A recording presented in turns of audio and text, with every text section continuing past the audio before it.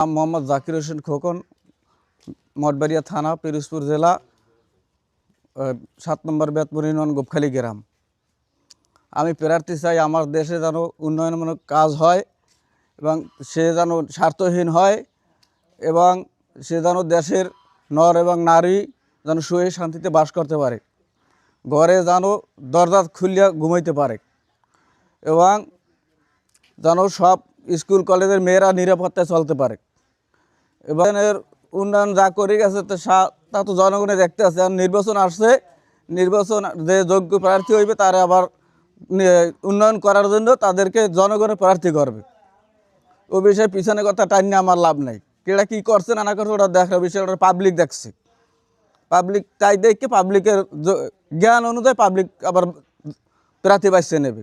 পছন্দের প্রার্থী শামীম হামিদি, আমি তার সাপোর্ট করি, আমি তাকে ভোট দেব।